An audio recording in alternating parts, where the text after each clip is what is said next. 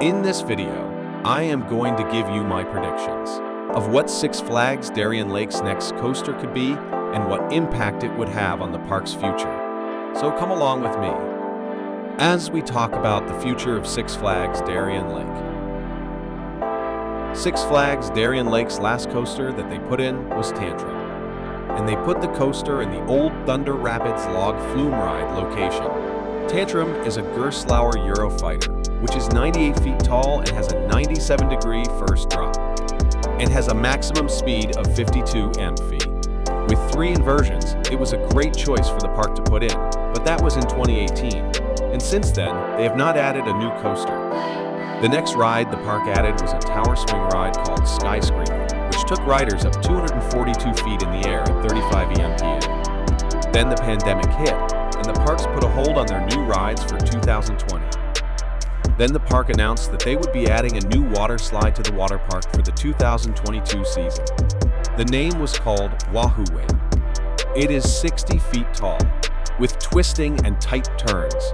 Then you'll drop 3 stories right into Wahoo Wave's signature feature, a big water wave wall.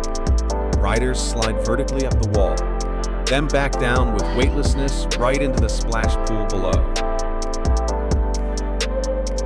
Okay, so we have talked about what the park has added in the last few years. So let's dive into what could be their next coaster.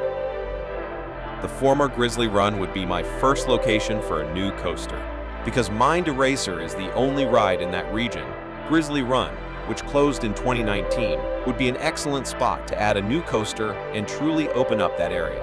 And I believe a new Vekoma looping coaster would fit well in that area. There's more than enough land there for one as well, none of which are yet available in the United States. My next spot to add a new coaster to the park would be the old Barracuda Bay / Cuda Falls location, which has sat dormant for years. And I would love to see new life in that spot by adding a new B&M dive coaster, similar to Dr. Diabolical's Cliffhanger at Six Flags Fiesta, Texas. Maybe not the tallest dive coaster, but one that has a great layout and uses the hillside land around it to enhance the ride experience.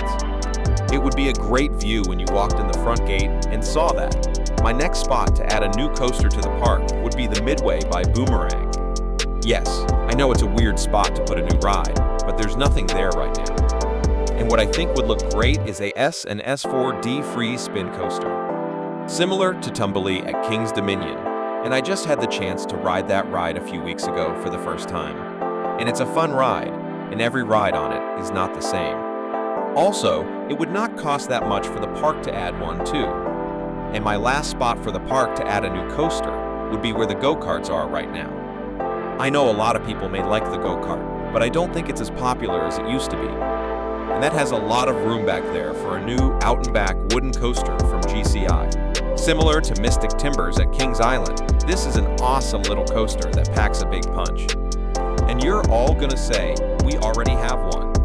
And you're right. We do have Predator, and for the last 2 seasons, the park has worked with GCI to add a new Titan track to the rough spots to make it smooth again. But why not 2 wooden coasters? Those are my predictions for new coasters to come to Six Flags Darien Lake for next season, or maybe down the road, but who knows? I guess we will just have to wait and see what the future holds for the park.